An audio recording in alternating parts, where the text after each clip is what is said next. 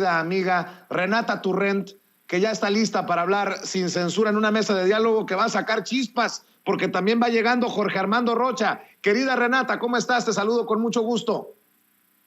Hola, querido Vicente, qué gusto estar por acá y a toda la audiencia amable que nos ve. ¿Cómo estás, Jorge Armando Rocha? Voy a comprar cachito. Ayer en Sin Censura Nocturno y hoy repite Jorge Armando Rocha. Un placer, estimado Vicente, estimada Renata. Como siempre, muchas gracias por la invitación. Pues aquí estamos listos. Fuerte abrazo. A ver, ¿con qué empezamos con esta mesa de diálogo? Sí, déjenme empezar. ¿Cómo ven, querida Renata, la exhibida que le puso el presidente Andrés Manuel López Obrador a Felipe Calderón hoy en la mañanera? Hoy en la mañanera en Hidalgo, dice el presidente que donde Felipe Calderón dejó su refinería, donde dejó su barda, se va a construir un hospital, un centro hospitalario del IMSS Bienestar. Eso sí, ha de arder en el alma a Felipe Calderón, querida Renata. Sí, querido Vicente, yo veo este asunto en dos, digamos, en dos cubetas. La primera es, creo, la que dices, este esfuerzo por parte del gobierno federal de hacer de las obras públicas, además, obras simbólicas para el pueblo. Lo que antes había sido un abandono, un desperdicio de dinero en tener una barda inservible que no nada más fue pura robadera de dinero de la gente, ahora se va a convertir en un hospital donde cualquier persona puede ir, no solamente derechohabientes, ¿no? Independientemente de tu situación laboral, las personas van a poder acudir a este lugar. Y esto me lleva a la segunda cubeta en la que, digamos, trato de analizar este tema, que es, creo que es un tema muy profundo y que no nos hemos, creo yo, no hemos dimensionado los avances en materia de salud que se han hecho en este país, y creo que parte de las poquitas cosas que podemos rescatar de la pandemia es que se aceleró este plan de recuperar la salud, de darle este derecho constitucional a la gente y que no sean letras muertas. Ha habido muchísimos avances en esta materia, sí, en respuesta a la pandemia. Entre ellos es, por supuesto, la contratación de médicos, enfermeras, personal médico. Recordarle a la gente que durante el periodo neoliberal nos dejaron con muchísimos menos médicos y personal de salud de los que necesitamos, porque empezaron a privatizar la salud, no a verla como un derecho. También se están dando becas justamente al personal de salud para que podamos cubrir esa necesidad de médicos. Se está haciendo un enorme esfuerzo para poder tener medicamentos para todas las personas. Se está basificando a personal médico que había trabajado y que no se le habían cumplido sus derechos. Y se está haciendo todo un plan para llegar a la universalización, que es lo más importante, ¿no? Porque recordarle a la gente que el derecho a la salud es un derecho constitucional, está en la Constitución, que todos y todas tengamos acceso a servicios de salud de calidad, dignos, y esto se parece que se va a poder lograr mediante IMSS Bienestar, que es un programa que lleva muchísimos años funcionando bien, hay que decirlo, es de las pocas cosas que en los gobiernos neoliberales funcionaron, y que no solamente se mantiene y se rescata, sino se va a amplificar. IMSS Bienestar será esta institución que le sirva a toda la gente. ¿Cómo ves, Jorge Armando Rocha? No han sido buenos días, bueno, ¿qué digo días, semanas, meses? Bueno, no ha sido un buen sexenio para Felipe Calderón, que es exhibido una y otra vez. Y no es el único, también Fox, también Salinas, también Cedillo, también Peña Nieto, pero en Hidalgo creo que agarra la curva y la conecta y la manda de jonrón el presidente Andrés Manuel López Obrador hoy en la mañanera. Así es, estimado Vicente. Lo que pasa es que Felipe Calderón nos debe una serie de explicaciones de diversos temas, incluyendo el sector salud, y, por supuesto, el tema de García Luna. Pero en este caso, en efecto, el presidente Andrés Manuel López Obrador funciona como maestro de kinder que le enmienda la plana a, en este caso, un alumno que se portó bastante mal y que además no tuvo la capacidad de cumplir con sus promesas. No podemos dejar de señalar que lo de la refinería fue una promesa de campaña de Felipe Calderón y nos vio la cara a los mexicanos y a las mexicanas. Y compró un terreno, su administración, por $600 millones, 620 millones de dólares, y dejaron media barda. Si nosotros nos vamos a lo que se podría haber hecho con esa inversión, pues claramente está el ejemplo de la compra completa de la refinería de Shell en los Estados Unidos. Entonces, si Felipe Calderón hubiera invertido, por ejemplo, esos 620 millones de dólares, ya habríamos avanzado como país. El problema es que dejaron un tiradero, y me parece que este caso es un ejemplo que pinta al sexenio de Felipe Calderón y cómo el presidente ha tenido que resolver este tipo de situaciones. Pero insisto, me parece que el presidente le tiene que arreglar la plana a Felipe Calderón. Está exhibido el expresidente porque además, según él, es experto en todo, según él, gobernó muy bien, o en todo caso le hace como si no hubiera ya salido reprobado. Felipe Calderón fue reprobado como presidente de la República. No solo se robó la elección, sino lo reprobó la ciudadanía. Hay que recordar que fue tan malo el sexenio de Felipe Calderón que hubo una suerte de añoranza en una franja poblacional que dijo, ya de plano vamos con los que roban y reparten, porque la máxima entonces, sobre todo hacia el 2012, era los panistas robaron y solo para ellos no repartieron. Y algunos dijeron, bueno, ya, los priistas roban y reparten. Nos fue también bastante mal con el PRI. Yo creo que algunos ciudadanos nunca aprendieron la lección o por conveniencia sí apoyaban esas prácticas. Pero, insisto, en el caso de Felipe Calderón, hoy otra vez exhibido, no da explicaciones de García Luna. Yo creo que tiene cada día más cerca la lumbre Felipe Calderón en cuanto a la justicia, porque avanza todo lo que tiene que ver con la podredumbre del círculo cercano de García Luna, y solo el que nos va a faltar a los ciudadanos ver lo que rinda cuentas es a Felipe Calderón. Pero sí, en efecto, el presidente lo exhibe, el presidente es muy hábil, y además qué bueno que ese terreno improductivo, media barda, qué vergüenza. Felipe Calderón dejó media barda, no podemos dejar de insistir en esto. Fue una promesa de campaña, dejó media barda y después se fue a festejar sus hazañas corruptas, estableciendo una estafa de la corrupción, también a sobreprecio.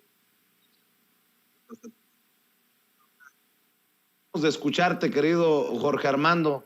Me imagino que es momentáneo, es transitorio. Te seguimos escuchando.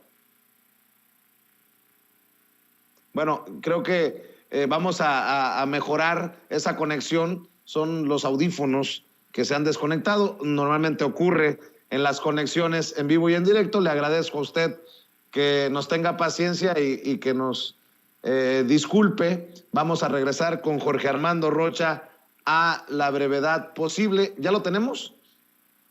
A ver. Bueno, antes de ir con Jorge Armando Rocha, regreso contigo, Renata Turrent. Ya ves que en redes ya se hizo una costumbre de decir, oílo, cuando algo que dice alguien te sorprende o te causa gracia. Pues a mí me causó mucha gracia escuchar a Mariana Gómez del Campo ponerse muy alterada en un programa y decir, hay corrupción en el círculo más cercano a López Obrador. Su discurso y su teatrito ya se les cayó. Este gobierno es el menos austero y más corrupto. Es peor que el de Peña Nieto. Mariana Gómez del Campo se puso del nivel de Gilberto Lozano, el líder de Frena, ¿eh? Sí, a mí la verdad es que con Mariana Gómez del Campo he tenido yo bueno, no le voy a poner calificativo, que el público lo haga, pero he debatido con ella y en realidad es que yo la última vez que debatí con ella tomé la decisión de no volverlo a hacer porque lo único que sale a hacer a la televisión es mentir. Entonces, igual que está haciendo en este clip, en este debate que mencionas, que por cierto lo vi ayer, así esas son sus intervenciones públicas tanto en televisión como en la Cámara de Diputados. Entonces, creo que personajes como ella hay que entenderlas como propagandistas de la mentira, porque en realidad es que creo que de 100 palabras que dirá Mariana Gómez del Campo, quizá una sea cierta, las otras 99 son mentiras. ¿Cómo va a salir alguien que representa, que apoya, que fue parte del régimen de Felipe Calderón? Y no me voy a meter con que es familiar o no es familiar, porque uno no creo que deba responder por sus familiares. Yo tengo familiares de los que por los que no quisiera responder, por supuesto, pero ella sí fue parte de este régimen y sigue siendo parte de este grupo político que le ha hecho tantísimo daño a México. Y todavía sale con todo el descaro del mundo a hablar de corrupción. Por favor, justo ahorita en el bloque anterior hablábamos de esta media barda que dejó Felipe Calderón y todos los escándalos de corrupción que representó su gobierno, y todavía tiene el descaro de salir a hablar, ni siquiera, imagínense, del presidente y de su familia, pero ni siquiera del PRI tendría por qué salir a hablar, porque son iguales, son idénticos, ¿no? Lo que representó el calderonismo y el peñismo. Y con el tema del presidente, creo que ya lo decía ahorita nuestro querido Jesús muy bien, en realidad es una obra, ni siquiera es una obra propagandística la que saca a Mexicanos contra la Corrupción por medio de Latinos y Loret de Mola. De verdad no pasa ni el primer, y yo invito a nuestra audiencia que le pregunten si conocen algún estudiante de periodismo. Esta pieza no pasa ni siquiera el primer semestre de periodismo en ninguna escuela de periodismo, ¿no? Entonces, es de verdad toda una farsa, un acoso. Sacan fotos y videos del hijo menor del presidente. Es totalmente inético, no tiene ninguna ética, ética periodística, ninguna moral, y es una vergüenza que personajes de la oposición se cuelguen de una pieza totalmente endeble para tratar de compensar esa falta de propuestas, esa falta de resultados que claramente no han podido entregarle a la gente, ¿no? En esa pieza de Latinos no hay absolutamente nada, no hay una sola prueba, puras especulaciones. Y francamente una crítica desde lo visceral hacia el estilo de vida con el que un ciudadano tiene, porque el hijo del presidente no es parte del gobierno, y lo que haga él y su esposa con el dinero, que además, le repito, la esposa es petrolera, el papá, me parece que el papá de la esposa también, lo que ellos hagan con su forma de vida y con su dinero es mucho su problema, y pues sí, cerrar con que si alguien no tiene la autoridad moral de hablar de corrupción y de decencia ni de congruencia, es Mariana Gómez del Campo y el grupo político al que ella pertenece. Pues precisamente Toño me confirma que en la Septien, a lo mejor hasta del Collado, que tiene un segmento en Latinos que se llama Tragaluz, hubiera reprobado a Loretito. Es más, debo de decirlo, y no es nada más por burla, nada más, es en serio. Estas declaraciones de Mariana Gómez del Campo, de que este gobierno es más corrupto incluso que el de Peña Nieto, que es peor al de Peña Nieto, con esas declaraciones, súmelas a las de Lili Téllez, a las de Xóchitl Gálvez, la verdad, no es burla por burla. Creo que están del nivel de Pedrito Sola, a quien me cae muy bien. Pedrito Sola, miembro del equipo de Pati Chapoy de Ventaneando, escribió: nací en 1947, tengo 75 años cumplidos y jamás recuerdo haber percibido que nuestro país estaba sumido en el caos. Yo ya voy de salida, pero y los que apenas van entrando, triste realidad y tal parece que sin solución. Válgame Dios, les digo que algunos legisladores del PAN están del nivel de análisis de los periodistas de farándula. Bueno, mi querido Jorge Armando Rocha, ya te tenemos de regreso. Platicábamos de estas declaraciones de Mariana Gómez del Campo y bueno, pues qué gusto que estás ya de regreso. Ya regresó el sistema, estimado Vicente. Renata, pues sí, en el caso de Mariana Gómez del Campo, ella forma parte de una generación de panistas que se enriquecieron al amparo del poder, no podemos negar eso. Incluso en su momento la acusaron de corrupción cuando fue ella la encargada del Instituto de la Juventud. Hay que recordar esa generación de panistas, Roberto Gil, que por cierto Proceso le dedica la portada sobre todo lo que hizo con Calderón, fue el particular del entonces presidente de la República. ¿Qué decir de Ernesto Cordero? Yo creo que ese grupo de panistas, esa generación, pues resultó, pues sin duda, una generación de panistas que estuvieron muy alejadas de los principios de Gómez Morín, estuvieron muy cercanos a Calderón y hay un salpicadero de corrupción.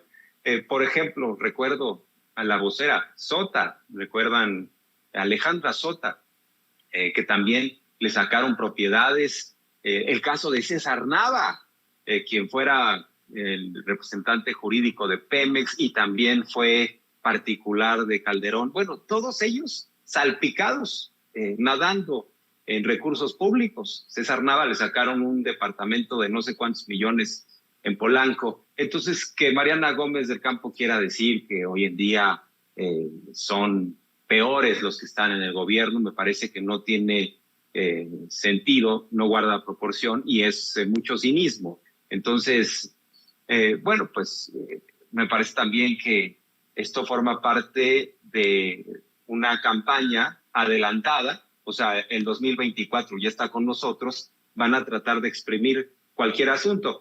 Por ejemplo, hablabas del asunto de Marco Cortés, presidente del PAN, que dice, nosotros vamos a denunciar a Pavlovich, la exgobernadora priista, porque entregó el Estado a Morena. Para empezar, Marco Cortés no es autocrítico, porque cada que pierden, como han perdido todo, prácticamente, tanto el PAN como el PRI, cada que pierden es por culpa de los narcos, ¿no? Los narcos operaron. Hubo una narcoelección, eso fueron a decir a la OEA, de la mano Marco Cortés, Alito y Zambrano.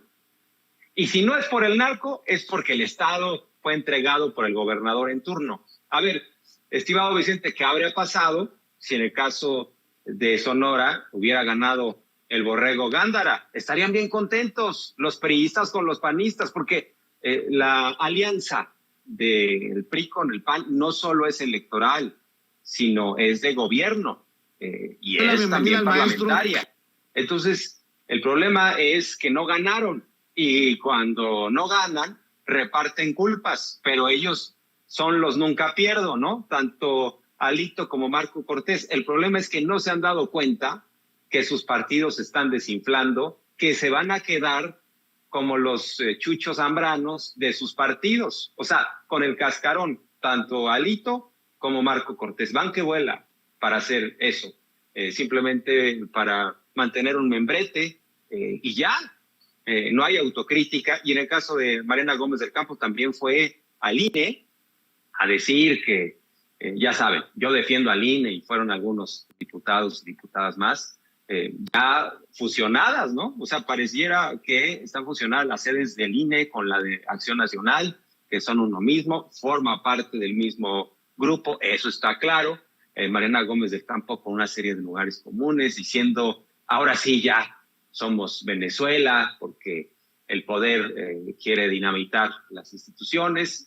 Ese discurso que vienen expresando desde años atrás en torno a López Obrador, pero todos los días que amanece, por eso me pregunto, ahora sí ya somos Venezuela. No somos Venezuela, no se cumplen sus profecías porque están muy alejadas de la realidad, a tal grado que es tanta la desesperación que ahora una diputada homenajea a Ramón López Velarde en lugar de criticar a José Ramón López Beltrán. O sea, lo que supuestamente iba a ser una durísima crítica, porque se subieron todos los panistas a la tribuna y a quien ponen de vocera se, digamos que exalta tanto que olvida el nombre del hijo del presidente, tiene este error y lo que sería una dura crítica al poder se convierte en el hazmerreír. O sea, así andan por la desesperación y cuando uno está desesperado toma malas decisiones. Yo creo que están tomando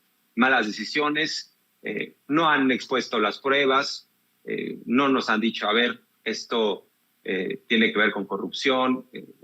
Lo que sabemos es que se hizo una licitación pública internacional, participaron varias empresas, esta fue la mejor oferta económica, hablando de Baker Hughes. Entonces no hay materia, hay mucha estridencia y muchas torpezas de la oposición, así lo pondría, estimados. Bueno, ya que está sacando el tema de Venezuela desde la oposición, pues también hay fuego, entre comillas, amigo, que utiliza este tema de Venezuela para el golpeteo. ¿Qué piensan de estos tweets y estas declaraciones de Marta Bárcena, la ex embajadora de México en Washington, que dice que el nombramiento de amigos y conocidos de López Obrador como embajadores es chavista? En su momento también escribió: continúa la venezualización, así lo dijo, así lo escribió. Veo a la chavización, dijo. Sigue la chavización del servicio exterior. En lugar de profesionales se proponen militantes y políticos. Un comentario que yo hasta digo raya en lo misógino contra Jesús Rodríguez, la ya nombrada embajadora de México en Panamá, ex senadora suplente de Olga Sánchez Cordero. Y bueno, súmenle al tío de la señora Beatriz Gutiérrez Müller, la esposa del presidente, quien es esposo precisamente de Marta Bárcena, Agustín Gutiérrez Canet, quien fue también funcionario encargado de medios internacionales, si recuerdo bien, en tiempos de Felipe Calderón, pues que anda publicando sus columnas en el periódico Milenio y dice: tropieza México con Panamá. Pues con esos amigos, ¿para qué quieren enemigos? Dame tu opinión, Renata.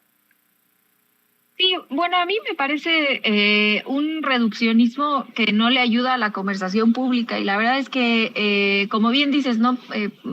Pues si lo vemos de Mariana Gómez del Campo y esos personajes, en realidad es que no esperamos mucho de ellos.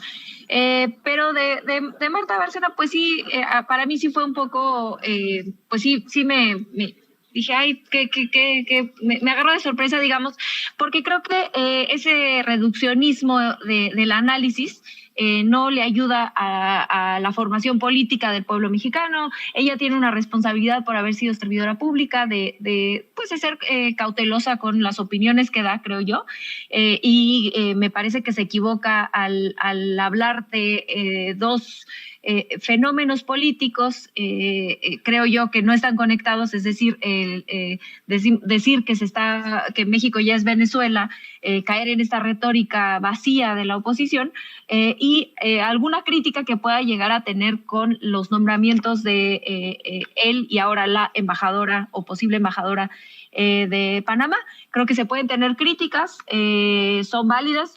A mí me da mucho gusto que Jesús vaya a estar ahí. Creo que hizo un grandísimo trabajo en el Senado cuando estuvo de suplente, y me da muchísimo gusto. Es una mujer feminista, es una mujer de izquierda, obradorista, ambientalista. Vaya, bueno, me parece de primerísima la ex senadora Jesús, y me da muchísimo gusto que vaya a representarnos a nuestro país allá.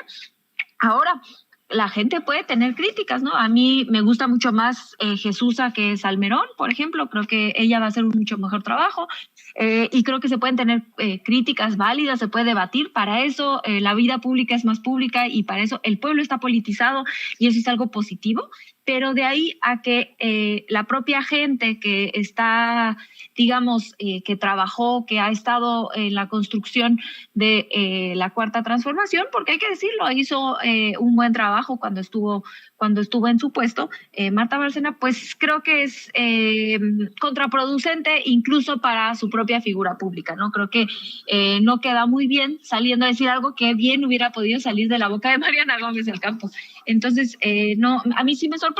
Espero que haya sido nada más pues un desliz, una equivocación que tenemos todos y todas, y no pasa nada, pero a mí sí me pues me parece extraño, me parece este reduccionismo absurdo, y yo cerraría diciendo que a mí sí me da muchísimo gusto tener gente, mujeres tan preparadas como Jesusa, al frente de una embajada como la de Panamá o cualquier otro lugar del mundo. Salió más panista que los panistas con su chavización, Marta Bárcena, es mi opinión, ante los nombramientos allá en Panamá.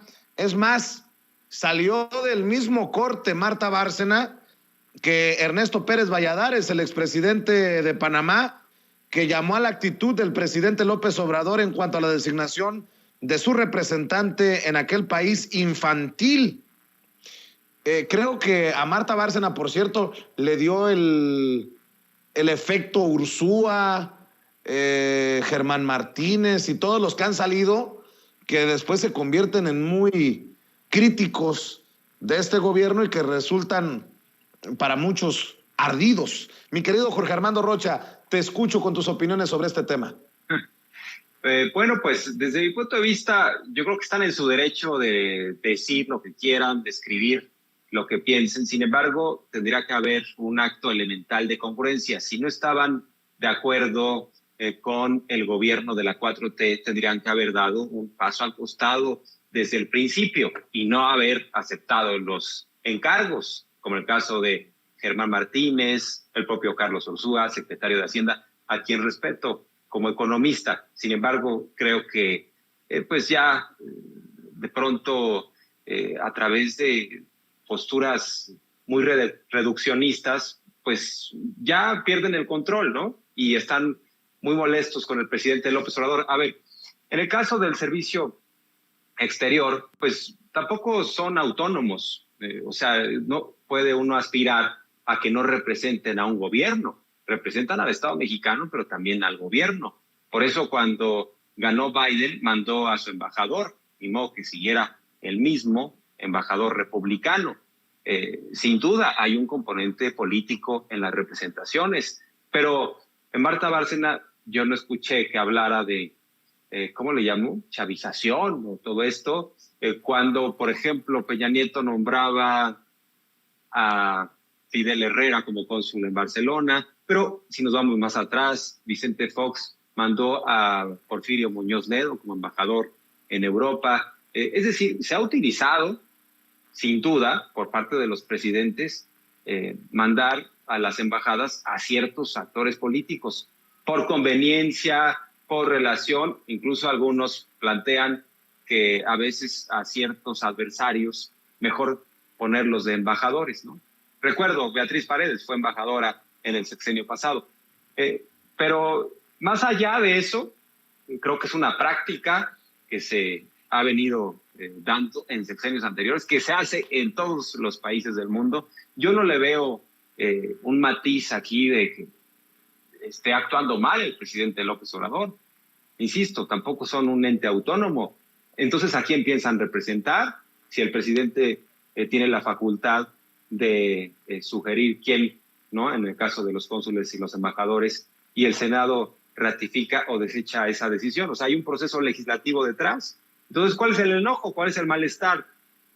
Yo creo que algunos quieren imponer una visión en materia de política exterior, como el caso de Marta Bárcena. Y claramente el presidente López Obrador tiene otra. Pero la visión del presidente ha sido muy digna, apegada al artículo 89 constitucional. Nadie le puede reprochar que esté violando la ley al presidente. Ha sido muy respetado por América del Norte, tanto por Biden como Trudeau, muy respetado en América del Sur. En el caso de Panamá, pues hay algunos expresidentes que se aceleraron, ¿no? Como que el propio Felipe Calderón aplaude y dice, ay, sí, lo que pasa es que no nos hablen así los mexicanos y no nos hable así López Obrador. Yo creo que ni siquiera había un conflicto diplomático. Simplemente el presidente manda una propuesta, la canciller dice no, porque consideramos que este hombre está involucrado en acoso, Pedro Salmerón. Lo cierto es que tampoco hay una sentencia en firme, no hay una investigación formal, y claro que tendría que haber ciertas formalidades si no se trata de acusar a cualquiera. Y en el caso de Panamá, incluso este expresidente, que ni siquiera recuerdo su nombre porque francamente no es relevante, yo creo que la relevancia es simplemente que fue presidente de Panamá, está muy alejado de otros presidentes panameños, pero él dice, México nos necesita más a Panamá que Panamá a los mexicanos. Me parece que es lamentable, y lamentable que lo aplauda Felipe Calderón. Además, el presidente López Obrador tiene un liderazgo natural en la región, está asumido como el padre político, padre moral de muchos otros países, porque aboga en favor de los más necesitados también en términos de países. Fue a la ONU a pedir que haya intervención de programas sociales en favor de los más necesitados, pero también ha pedido ayuda a Centroamérica. Eso se lo pidió a Biden, un programa como Sembrando Vida que ya se va a replicar en Honduras, por ejemplo, y en el caso de Panamá, pues también que se ubiquen con todo respeto, porque ni siquiera es un pleito de pueblos, ni mucho menos, no hay un diferendo diplomático, no hay algo que genere inconformidad. Estamos hablando de un país que tiene 4 millones de habitantes, Panamá, o sea, es Michoacán. Y que salga este expresidente a decir Panamá necesita menos a los mexicanos que los mexicanos a Panamá. Digo, que se tranquilice, además no nos estamos peleando. Simplemente el presidente hizo ver una inconformidad porque dijo no hay una sentencia en torno a Salmerón. ¿Y por qué lo descalifican? Si nosotros no los vamos a batear a embajadores solo porque a través de las redes sociales haya denuncias, ¿no? Entonces, bueno, pues en esas estamos, se agrupan los de la derecha en redes sociales, ahí está Felipe Calderón aplaudiendo a este expresidente, así como le aplaudió a García Luna y a Luis Cárdenas Palomino. O sea, aplauden lo que tenga que ver con relaciones de poder de dudosa procedencia. Eso es lo que podría mencionar sobre este asunto, pero bueno, insistir, la política exterior mexicana muy digna. Claro que no podemos dejar de negar que el presidente López Obrador es un estratega político y que ofrece embajadas a exgobernadores priistas, panistas, abre el paraguas de la 4T. Bueno, hoy vimos la actitud de Fayad, nada más para no dejar de mencionar al gobernador de Hidalgo. Hay elecciones en la entidad y ya vimos la actitud de Fayad, pues él quiere su embajada o el consulado, a lo mejor sí le va a alcanzar para eso, pero ya veremos. Oigan, para cerrar con algo más liviano que broncas y jaloneos, bueno, es un decir. El chile chipotle que creó el INE ya no existe, no nos gustó el personaje, ya murió, dijo el consejero Ruiz Saldaña. Déjenme agregarle a esto, tan, tarán, tan, tan, mi querida Renata Turrent, para cerrar, ¿cómo ves? Ay, pues querido Vicente, a mí sí me dio tristeza que hayan matado a ese personaje porque nos sacó muchas risas y muchos memes buenísimos. Yo nada más cierro diciendo que es muy sintomático de la manera en la que el INE está tomando sus decisiones. Parece ser que se sienten ahora sí que exhibidos por todos los excesos que llevan teniendo durante sexenios anteriores y están tomando decisiones pues no muy inteligentes, ¿no? Como la que vimos, esa decisión de comunicación social que, híjole, no la hace ni mi bebé de 1 año. Entonces, pues para mí que pues me sacó muchas risas los memes, pues es una pérdida que se haya ido el Chipotle, pero creo que de tema de fondo, pues sí es muy sintomático de la manera en la que está operando el INE como una institución mucho más, ya lo decía ahorita mi querido Jorge Armando, mucho más partidista que lo que podría ser lo que esperaríamos que fuera este árbitro electoral que no ha podido ser. Pues miren, apúrenme tantito por ahí y murió el Chipotle porque en los memes ponían la cara de Lorenzo Córdoba y entendiendo que Lorenzo Córdoba tiene problemas para digerir la crítica y el pitorreo, pues por ahí es que sentenció a muerte al chipotle, querido Jorge Armando Rocha. Así es, estimado. Lo que pasa es que no se ayudan en el INE y bueno, pues esta figura de al chipotle corresponde perfectamente a la actitud de Lorenzo Córdoba y Ciro Murayama, que han perdido el control en diversas ocasiones. Ciro Murayama, cada que despierta, se lanza en contra de la revocación de mandato, en donde se ve solo en México que un árbitro esté muy molesto porque va a arbitrar un partido. Anda muy molesto Ciro Murayama. Dice, ya ven que ahora sí no puede haber denuncias penales en nuestra contra, ya ven que con lo que tengamos se va a hacer. Yo creo que el árbitro debería estar festejando la realización del partido más que estar enojado. Y lo mismo Lorenzo Córdoba, el presidente del INE. No podemos dejar de mencionar la realidad. No quieren que se haga la consulta de revocación de mandato y además estaban exigiendo más presupuesto y no se les va a hacer, ya no se les hizo. Hacienda ya les dijo hay otras prioridades, ajustense el cinturón. Hubo un diferendo público, tampoco lo podemos negar, entre el presidente López Obrador y el INE, porque el presidente en las mañaneras decía, a ver, sean austeros, incluso propuso un plan, una sugerencia. En el INE hicieron como que no escuchaban, incluso se llegaron a burlar, ¿no? Ciro Murayama de ese informe que tenía faltas de ortografía. O sea, se fueron por la forma en lugar del fondo, y en el fondo, pues es que sí administran un caudal de recursos públicos muy importante y no quieren someterse a la austeridad.